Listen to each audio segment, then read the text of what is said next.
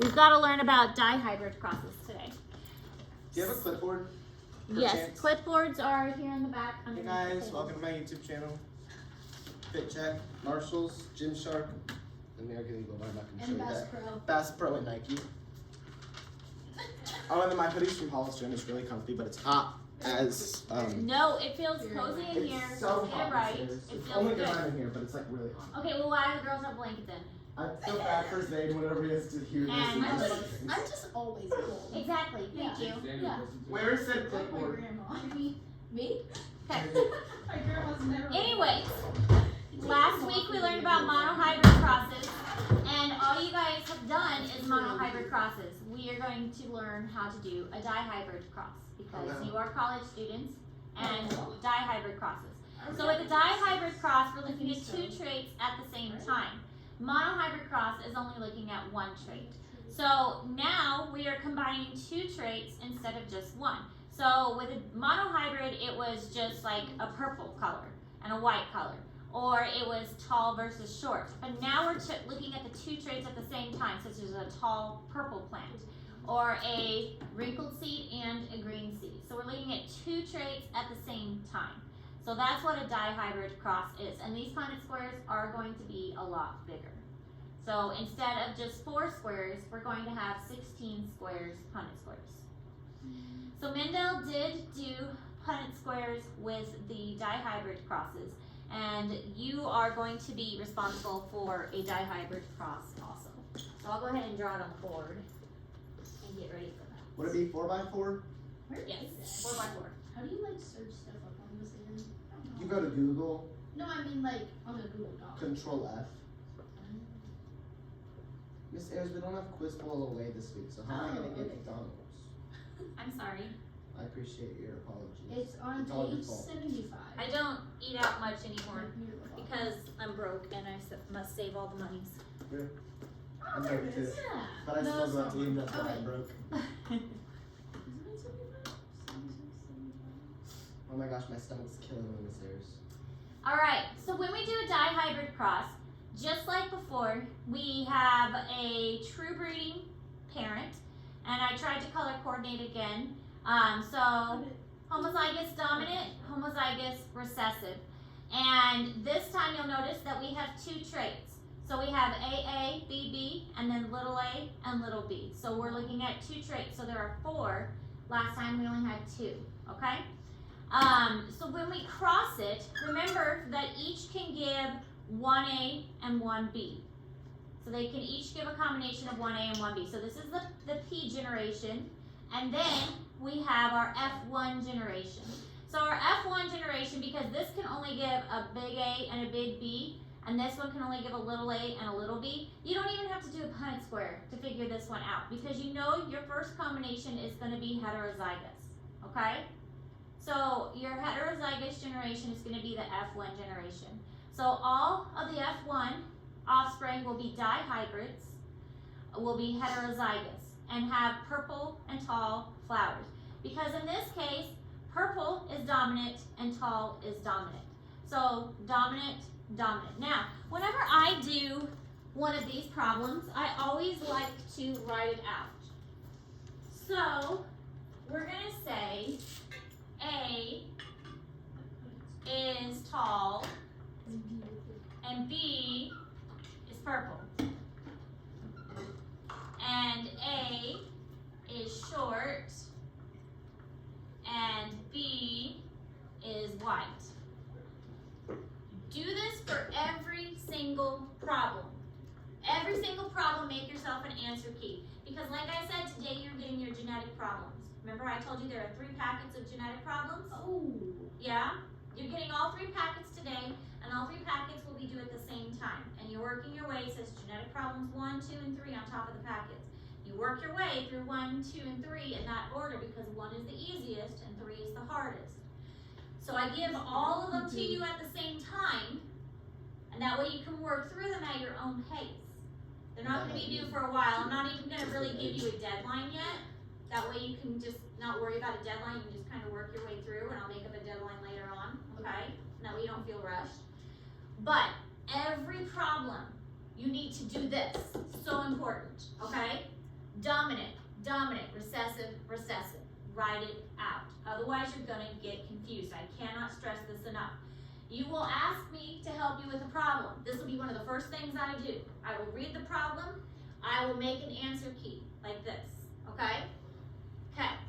So, we have on the board that there is a true breeding tall purple that is crossed with a recessive short white. That's what this tells me. Alright? So I took a tall purple that was bred with a short white, and all of the first generation was purple tall because they were heterozygous. So all of the first generation was purple tall. So then you're crossing the heterozygous. Now this is where it gets a little bit confusing, okay? So we have this combination, and they crossed it together. So let me show you how this works, because this is where everybody gets confused, okay? Everybody gets confused here. Now, you've done this in math class before, so as soon as I do this, it'll make sense to you, okay? So the A can go with this one. So we can go A, B, but the A can also go with this one. Okay? Do we see how I did that? Mm-hmm. Then, little a, big B, okay? Little a, little b. Do we see how I did that? Mm-hmm. Just like in math, first, outer, inner, last, right? Foil. Okay? I hate foil. But you did it before, right? Yeah. Okay, first, outer, inner, last. You did it before in math. Now, you're going to do the same thing on this side, all right? But the B. A, B. Okay? Wait, so it would just be the exact same thing? Little B. Oh, okay. Little See? A, big little A. Little B.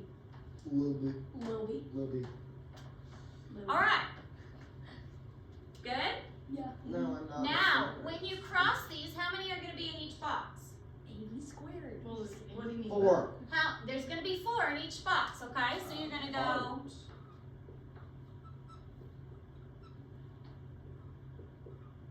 Kind of squeaky.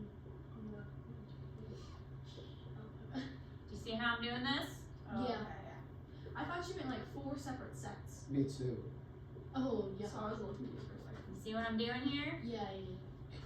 I'm not going to do the whole thing. It's going to take forever to do the whole thing. So it's like alphabetical and like capital first. Yeah, Like- you do... A is always first, and then You don't have to. It's just easier okay. to keep it straight. Miss Harris, did you go to Jason's party? Why would I go to Jason's party? Teachers are not invited. It was open invite. I didn't go either. Okay, do we see how I did that? Mm-hmm. Okay. We got it? Mm-hmm. Alright. Okay. So that's how you do a dihybrid cross. Let me get my water. Not too bad. What I see happen a lot is that we won't do this right, and this part gets messed up. The other thing is I see that a lot of people will only put 2 in this box and not 4. That's where I see a ton of mistakes. That this part, the first, outer, inner, last, doesn't get done correctly. And then, for whatever reason, people get stuck and they only put 2 in this box, and they don't put 4 in this box. So, pay attention to that, and do those parts right, and just slow down and do those parts, okay? So, here's what you get. So, when you cross the heterozygotes, so we have a true breeding purple tall with a true breeding white short. Then you get a heterozygous and you cross the 2 heterozygotes. You're going to get a Punnett square that looks like this. Teachers, pardon the interruption. This is just a reminder that if you are not, if you've not started already, students are supposed to do the checklist this hour. Oh, yeah, If check you've not that. started already, Okay, please. I'll do that. The hour. If you need to do it tomorrow, that's probably okay as well. Thank you. Do it tomorrow. We'll do it after notes. Wait, no, but I'm gonna be gone tomorrow. Actually, that's okay. We'll do it after tomorrow. notes. I forgot about As that. long as you put a video on, it's fine. I have to find where my I didn't the checklist is. Wait, so Miss Do Ayers, Subway Surfers. I just did it. All of them. And All of these. so it could be one of these 16 options. Yes, just How like does it on the work? board. You should get the same answers as right here on the board. So if it's set up like that, it's gonna be like that every time. If you were crossing heterozygous, if you, and you're not, like, all the genetic problems that you guys are going to work will not always be heterozygous like this. This is a typical heterozygous cross. So with a heterozygous cross, you would get 9 like this to 3, look how there's 3 green, to 3 to 1. So remember that with the monohybrid cross, we had a 1 to 2 to 1 ratio, okay? Or we had a 3 to 1 ratio for phenotype. Phenotype was 3 to 1 ratio. In this case, the phenotypic ratio is always going to be 9 to 3 to 3 to 1 for the phenotypic ratio, okay? So we have 9 tall purple to 3 purple short to 3 white tall to 1 recessive. So that'd be short. So this one would be short. So this one would be short white.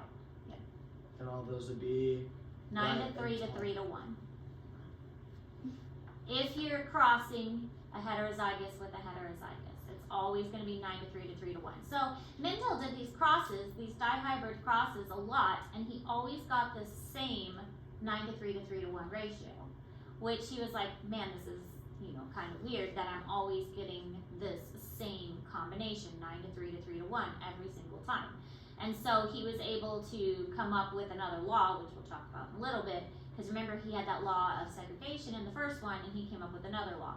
So in the F2, because we're in the F2, the F1 was a heterozygous, and the F2, there are 4 phenotypes, so this is physical. It's a 9 to 3 to 3 to 1 ratio. 9 tall purple, 3 short purple, 3 tall white, and 1 recessive short white. Now the genotype is a little bit different. The genotype was a little more crazy because remember the genotype is a little more complex. But the genotype is 1, 2, 2, 4, 1, 2, 1, 2, 1. So the genotype is a little crazier. But the phenotype 9 to 3 to 3 to 1. What? What did you say? Don't go in there, am I right?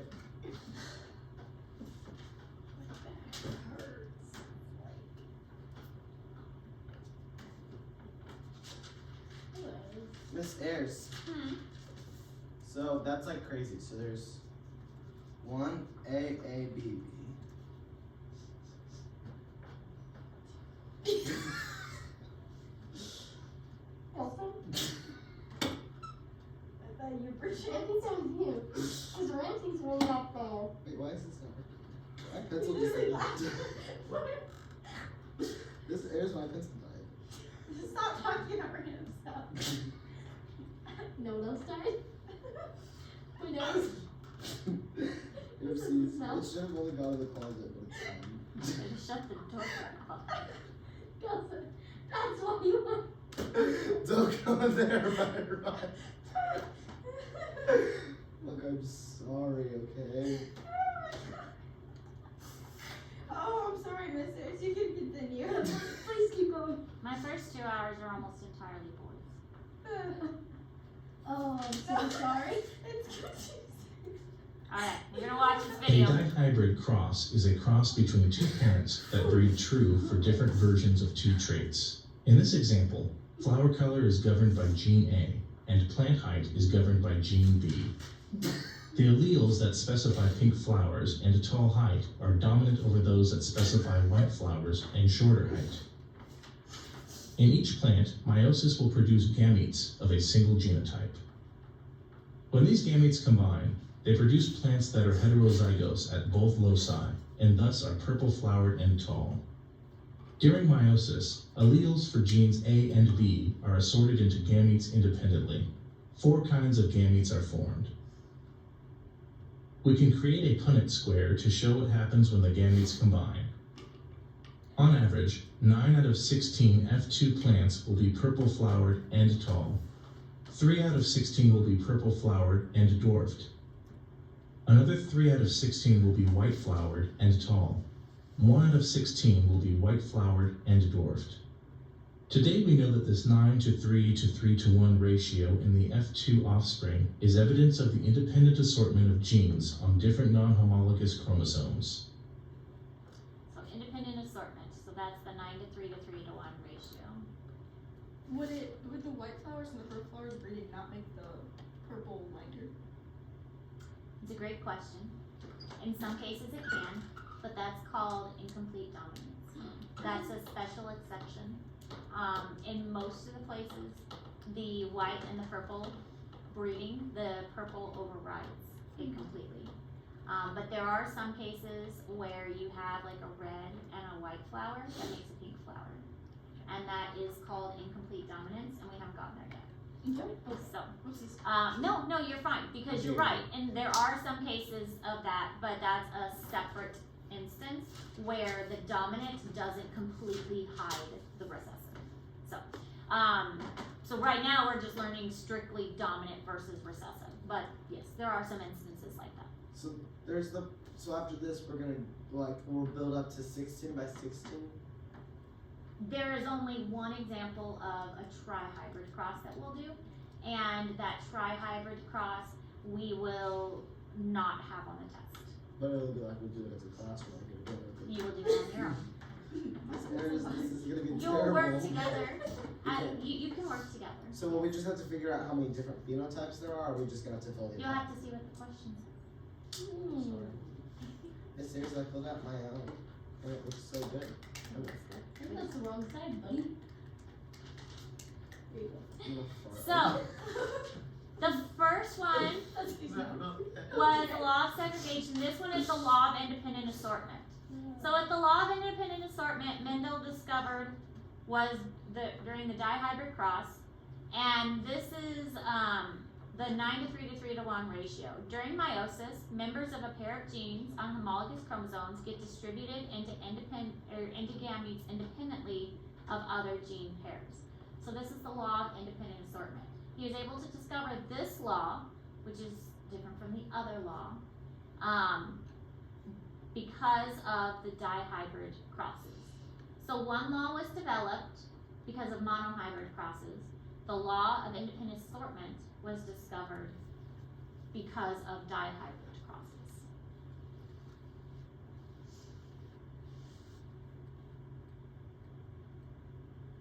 Okay. Oh, I love this video. This is such a fun video. They look so This is it's so funny. Such a cute video. Once the intro is done. It's a very long intro.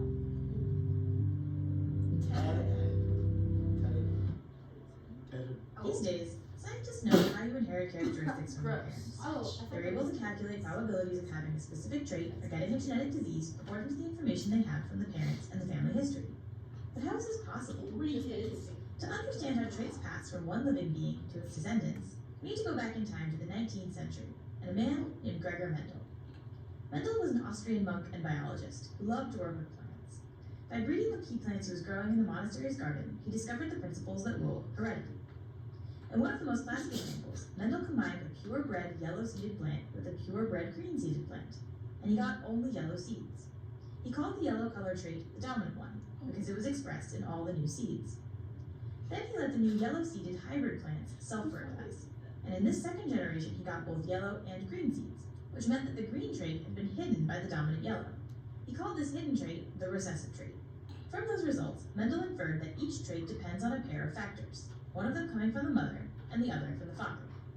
Now we know that these factors are called alleles and represent the different variations of a gene. Depending on which type of allele Mendel found in each seed, we can have what we call a homozygous pea, where both alleles are identical, and what we call a heterozygous pea, when the two alleles are different. This combination of alleles is known as genotype, and its result, being yellow or green, is called phenotype.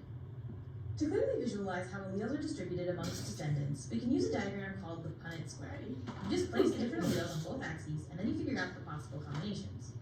Let's look at Mendel's peas, for example. Let's write the dominant yellow allele as an uppercase y, and the recessive green allele as a lowercase y. The uppercase y always overpowers its lowercase friend, so the only time you get green babies is if you have two lowercase y's. In Mendel's first generation, the yellow homozygous P mom will give each P kid a yellow dominant allele, and the green homozygous P dad will give a green recessive allele. So all the P kids will be yellow heterozygous. Then, in the second generation, where the two heterozygous kids marry, their babies could have any of the three possible phenotypes, showing the two possible phenotypes in a 3-to-1 proportion. But even peas have a lot of characteristics. For example, besides being yellow or green, peas may be round or wrinkled. So we could have all these possible combinations: round yellow peas, round green peas, wrinkled yellow peas, and wrinkled green peas. To calculate the proportions for each genotype and phenotype, we can use a Punnett square too. Of course, this will make it a little more complex. And lots of things are more complicated than peas, like, say, people. These days, scientists know a lot more about genetics and heredity, and there are many other ways in which some characteristics are inherited, but it all started with Mendel and his peas.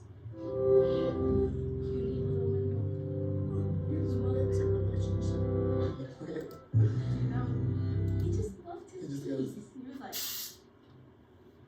no, the peas were like. Okay. See that she was like, So random assortment, genes on the chromosome assort into gametes independent of genes on other chromosomes. So that's what random assortment means.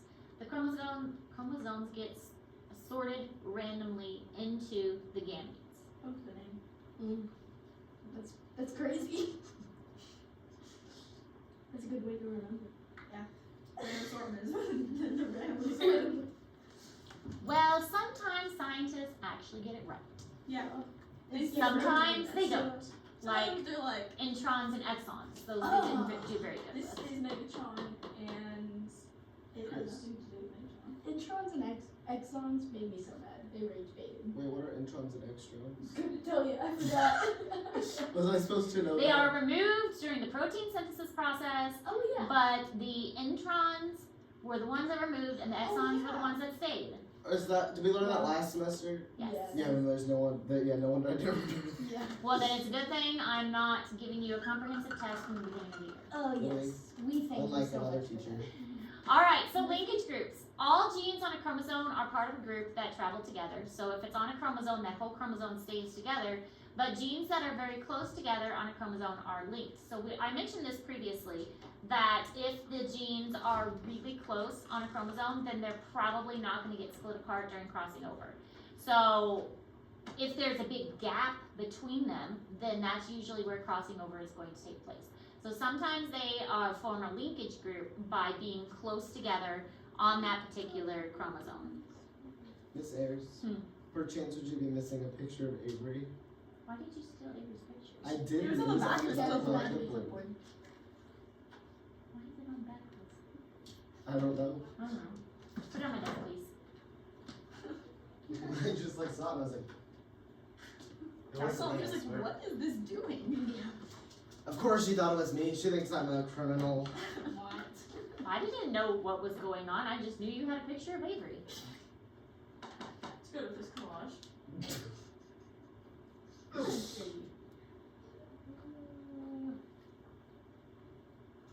Jeans and clothes together. I think On another piece of Okay. chromosome Are linked. linked. They can't break up. No, I'm only writing the red part. Stop talking Crossing now. over. Maybe like Not 2 more pages. Okay, so here's an example of a linked group. These two are very, very close together. These are not linked. Obviously, they're not even the same chromosome, so they're not going to be crossing over at all. And this is another one that's not linked. This one's way spaced out, so crossing over could easily happen here. So anything that is real close together would be considered linked. So these would be a linkage group. This one has a big gap, so crossing over could take place here, or here, or even here. But these that are tightly packed would not cross over. Sounds great. And then this just shows how they would separate. All right, look, we're done. Aw, that didn't take much time today, which leaves a lot of time for you to get started on your genetic problems. And And start working your way through.